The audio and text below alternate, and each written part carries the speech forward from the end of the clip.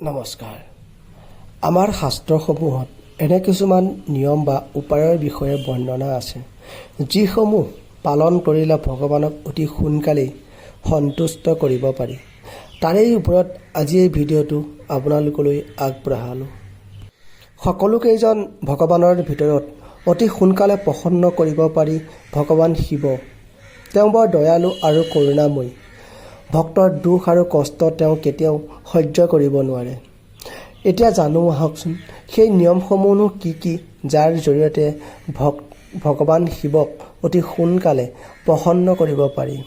প্ৰথমটো হৈছে শাওণ মাহত ভগৱান শিৱৰ পৰিয়ালৰ ফটো বা মূৰ্তি ঘৰলৈ আনিব। শাস্ত্ৰ অনুসৰি যি ঘৰৰ সুখ শান্তিৰ অভাৱ, পৰিয়ালৰ মাজত মনোমালিন্য হৈ থাকে, তেনে শাওণ মাহত ভগৱানৰ শিৱৰ সম্পূৰ্ণ পৰিয়ালৰ ফটো বা প্ৰতিমা ঘৰলৈ আনিব আৰু পূজা অৰ্চনা কৰিব। ইয়াৰ দ্বাৰা ঘৰখনলৈ সুখ শান্তি ঘূৰি আহিব। দ্বিতীয়টো হৈছে শাওণ মাহত দৈনিক পঞ্চামৃতে মহাদেৱক অভিষেক কৰিব লাগে। সদায় নোৱাৰিলেও প্ৰতি সোমবাৰে কৰিব পাৰে। পঞ্চামৃত তৈয়াৰ কৰিবলৈ গংগাজল, গাখীৰ, মৌ, ঘি আৰু দৈ ব্যৱহাৰ কৰিব আৰু এই পঞ্চামৃতে মহাদেৱক শাওণ মাহত অভিষেক কৰক। ইয়াৰ দ্বাৰা আপোনাৰ সকলো মনৰ বাঞ্ছা পূৰ্ণ হ'ব।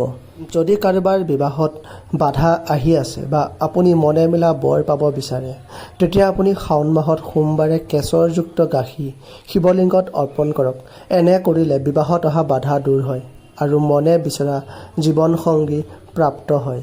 মান্যতা অনুসৰি যদি আপোনাৰ কৰ্মৰ ক্ষেত্ৰতো বাৰে বাৰে অসফল হৈ আছে, তেন্তে আপুনি শাওণ যিকোনো সোমবাৰে 21 শিলা বেলপাতত চন্দনেৰে ওম নমঃ শিৱায় লিখি শিৱলিংগত অৰ্পণ কৰক। ইয়াৰ দ্বাৰা আপোনাৰ কৰ্মৰ ক্ষেত্ৰত অহা সকলো বাধা দূৰ হ'ব আৰু সফলতা প্ৰাপ্ত কৰিব। পঞ্চমতে শাস্ত্ৰ অনুসৰি শাওণ মাহত ভগৱান শিৱক তিল মিশ্ৰিত জলেৰে অভিষেক কৰিলে ইয়াৰ দ্বাৰা বহু লাভ হয়। কোৱা হয় তিলে পাপ নষ্ট কৰে। সেয়েহে শাওণ মাহত কৰা এই উপায়ে ব্যক্তিক পাপৰ মুক্তিৰ উপায়ত সহায় কৰিব।